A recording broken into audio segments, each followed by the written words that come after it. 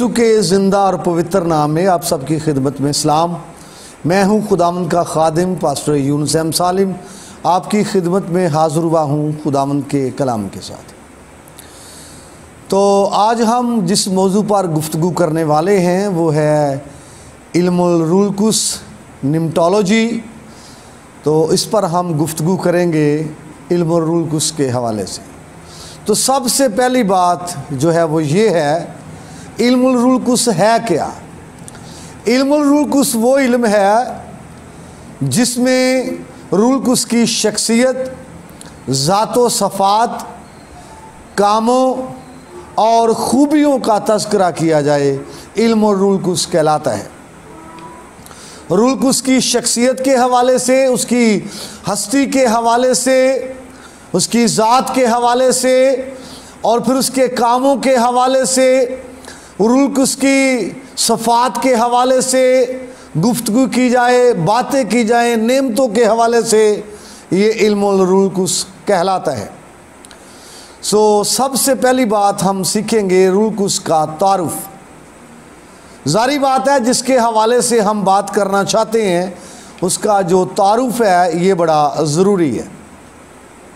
تو جتنی باتیں ہم کریں گے کلام کی روشنی میں کریں گے، ان ساری باتوں کی بنیاد خدا کا کلام ہے۔ علم و روح القدس کی جو گفتگو ہے یہ خداوند کے کلام پر مبنی ہے اور اس کی بنیاد خداوند کا کلام ہے، اور اس حوالے سے خداوند کا کلام ہماری مدد کرے گا۔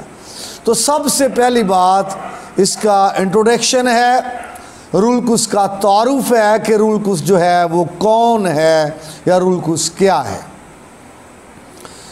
تو اس سے پیشتر کہ ہم آگے بڑھیں، جو لفظ روح ہے یہ عربی زبان کا ہے اور انگلش میں اس کے لیے لفظ اسپرٹ یوز ہوا ہے، عبرانی زبان میں لفظ رواح یوز ہوا ہے، اور یونانی زبان میں لفظ نوما جو ہے، پنوما اور نوما، زیادہ تر یہ شروع میں پنوما بولا جاتا تھا مگر بعد کی ریسرچ کے کچھ لوگ اس کو نوما جو ہے وہ قبول کرتے ہیں۔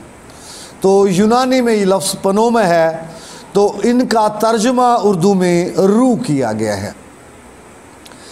تو چونکہ یہ لفظ زیادہ وسیع معنی رکھتا ہے، اس کا ترجمہ روح بھی ہے اور ہوا بھی ہے اور آندھی بھی ہے۔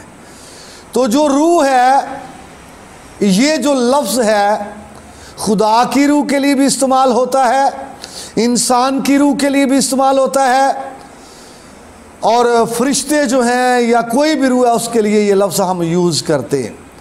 لیکن جب ہم اس کو خدا کی روح کے لیے استعمال کرنا چاہتے ہیں، اس کے ساتھ کوئی صفت استعمال کریں گے جیسے پاک روح، مقدس روح، خدا کی روح، تو پھر یہ واضح ہو جائے گا کہ یہ کون سی روح ہے۔ اسی طرح سے جب یہ شیطان کے لیے یا کسی اور چیز کے لیے استعمال ہوگی تو اس کے ساتھ پھر بد لگ جائے گا کہ بد روح، اور یہ واضح ہو جائے گا کہ یہ کون سی روح ہے۔ تو سب سے پہلی بات جو ہے روح کے بارے میں وہ یہ ہے، روح القدس کے بارے میں تعارف جب ہم کر رہے ہیں کہ روح القدس جو ہے یہ خدا ہے۔ تعارف میں روح القدس جو ہے یہ خدا ہے اور اس کی بیس جو ہے وہ بھی خدا کا کلام ہی ہے۔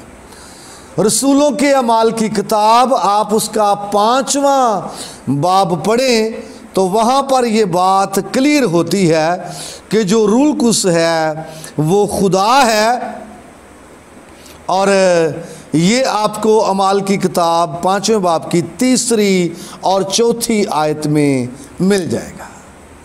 جب ہم تعارف کی بات کرتے ہیں تو دوسری بات تعارف میں کہ یہ تثلیث کا 3 اقنوم ہے۔ پاک روح جو ہے یہ تثلیث کا، پاک تثلیث کا 3 اقنوم ہے۔ اور تیسرا پوائنٹ جو روح کے حوالے سے ہے کہ یہ خالق ہے، پاک روح جو ہے یہ خالق ہے۔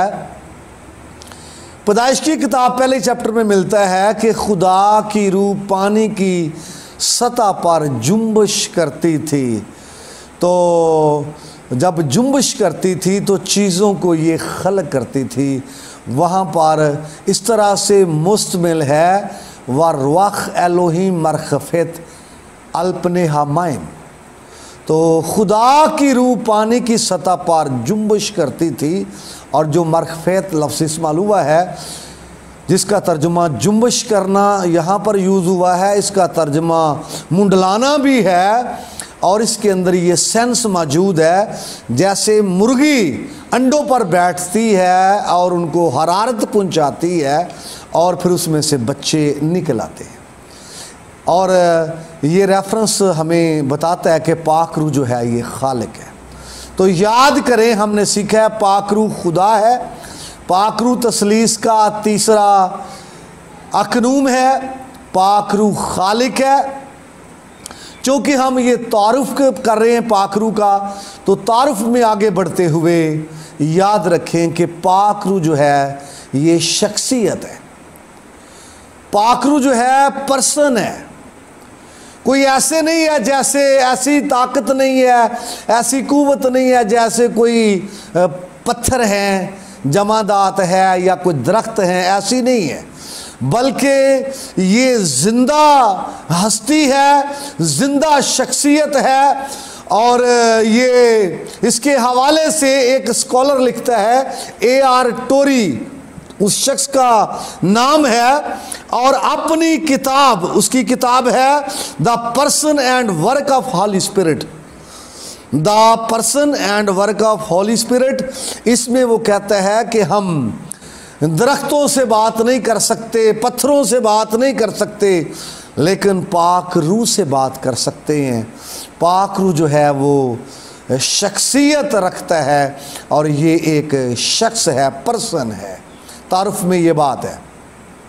اور جب ہم پرسن کی بات کرتے ہیں کہ پاک روح شخصیت رکھتا ہے اور ایک پرسن کی طرح ہے، تو یہ بھی بائبل کی بیس پر ہے۔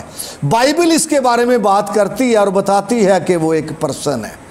اور شخصیت ہونے کے حوالے سے ہمیں جو ملتی ہیں، آپ کو یاد ہوگا کہ جو شخصیت ہے اس کا یہ پروف ہے کہ وہ ارادہ رکھتی ہے۔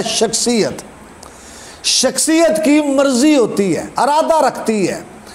اور اس کے حوالے سے جب ہم پولس رسول کا پہلا خط ہے کرنتھس کی کلیسیا کے نام 12واں باب پڑھیں، تو وہاں پر اس کی 4 آیت سے نعمتوں کا تذکرہ ہے، اور آپ یہ 11ویں آیت تک پڑھیں تو ساری نعمتوں کا تذکرہ ہے۔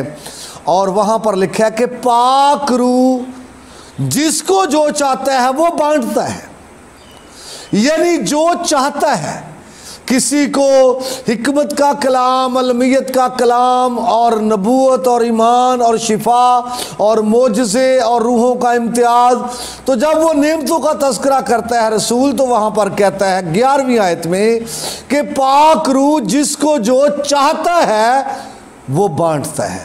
لہٰذا یہ مرضی جو ہے اور ارادہ جو ہے یہ کسی شخصیت ہونے کا ثبوت ہے۔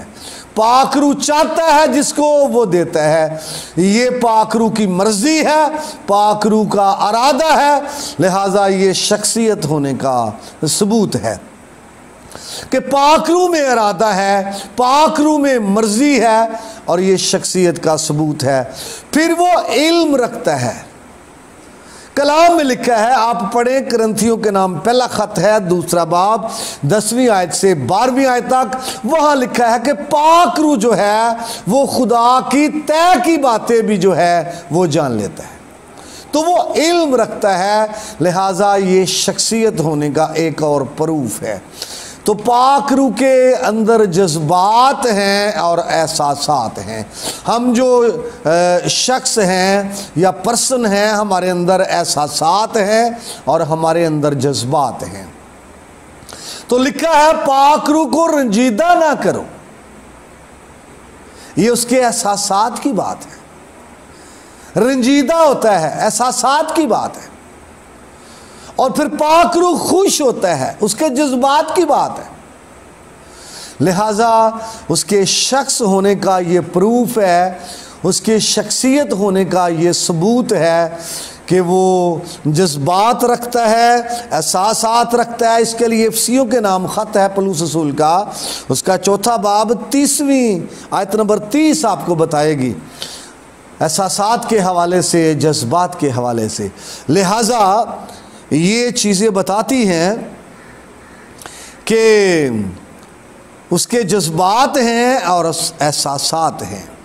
اور یسایہ نبی کی کتاب اس کا 63واں باب 10ویں آیت میں لکھا ہے، انہوں نے خدا کی روح کو غمگین کیا۔ اگر وہ پتھر کی طرح ہے اس کو غمزدہ ہونے کی کیا ضرورت ہے؟ اگر وہ درختوں کی طرح ہے اس کو غمگین ہونے کی ضرورت نہیں ہے، لیکن چونکہ وہ شخصیت رکھتا ہے، وہ پرسن ہے، اس لیے اس کے جذبات اور احساسات ہیں۔ اور یہاں پر آپ پڑھیں، تھسلانیکیوں کے نام پہلا خط ہے 5واں باب 19 آیت میں لکھا ہے، روح کو نہ بجھاؤ۔ تو اسی طرح سے افسیوں کے نام خط اس کا 4 باب 30ویں آیت، پہلے بھی میں نے بولا، روح کو رنجیدہ نہ کرو، یہ جذبات کی بات ہے۔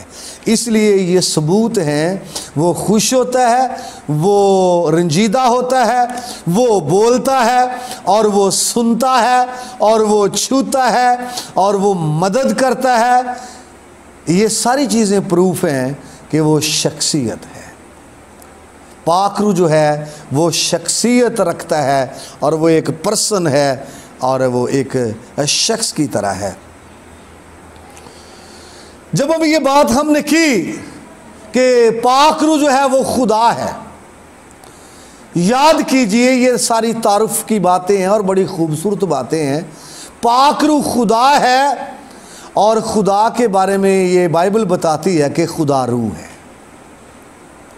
خدا روح ہے، گاڈ اسپرٹ، خدا روح ہے۔ اور جب ہم روح کی بات کرتے ہیں تو روح کو کبھی موت نہیں ہے، موت جسم کو ہے۔ خدا کے بارے میں ہے کہ خدا روح ہے اور روح کے کوئی ہڈی اور گوشت نہیں ہوتا، خدا روح ہے۔ لہذا یہ بڑا ضروری ہے اس بات کو یاد رکھنا۔ تو یہ بڑا شارٹلی جو ہے پاک روح کا تعارف تھا۔ میں امید کرتا ہوں آپ کو اس کی ضرور سمجھ آئی ہوگی۔